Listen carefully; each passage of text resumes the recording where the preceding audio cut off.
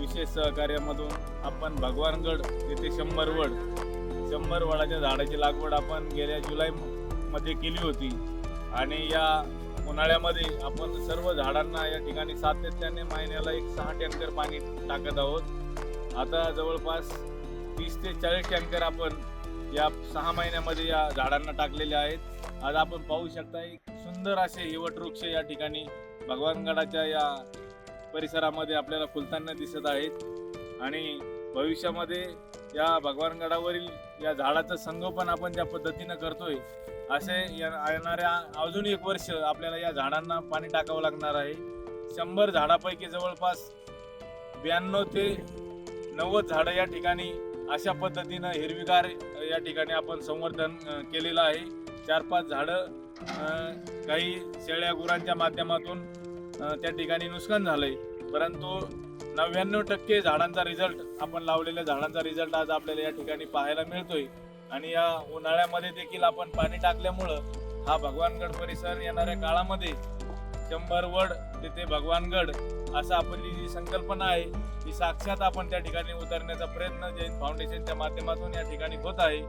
आज आपण पाहताय की सुंदर अशी वडाची झाडं आपल्याला या ठिकाणी भगवानगडावर पाहायला मिळत आहेत। मी संत भगवान बाबांच्या चरणी या ठिकाणी नतमस्तक होऊन या ठिकाणी खऱ्या अर्थानं बाबांना जो आशीर्वाद दिलाय आणि त्या आशीर्वादामुळेच खऱ्या अर्थानं हे वटवृक्ष आपल्याला भगवानगडावर फुलताना दिसत आहे।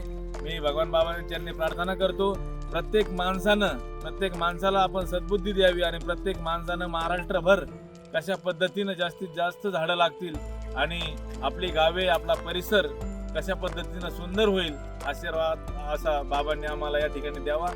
जय हिंद, जय भगवान।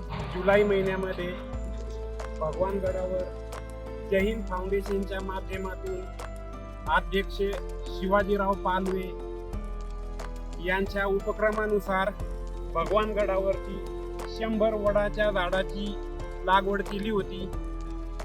त्याच पद्धतीने यानंतर वेळोवेळी शिवाजी पालवे साहेबांनी पाण्याचं नियोजन करून आणि इतर ज्या गोष्टी झाडांसाठी गरजेच्या आहेत त्यासाठी दखल घेऊन आज हे वटवृक्ष अवघ्या 10 महिन्यामध्ये या परिस्थितीमध्ये आहेत। थोड्याच दिवसात ही अतिशय बहरलेली असती आणि यांचा उपक्रम पूर्ण जिल्हाभर आहे। जिल्ह्यामध्ये जवळपास लाखोंच्या संख्येने यांनी वटवृक्ष आणि इतर झाडे लावलेली आहेत। पर्यावरणासाठी शिवाजी पालवे साहेब करत असलेले काम सराहनीय आहे। त्यांच्या या कार्यासाठी आमच्या सैनिक संघटनेचे त्यांना कायम सहकार्य राहील। धन्यवाद।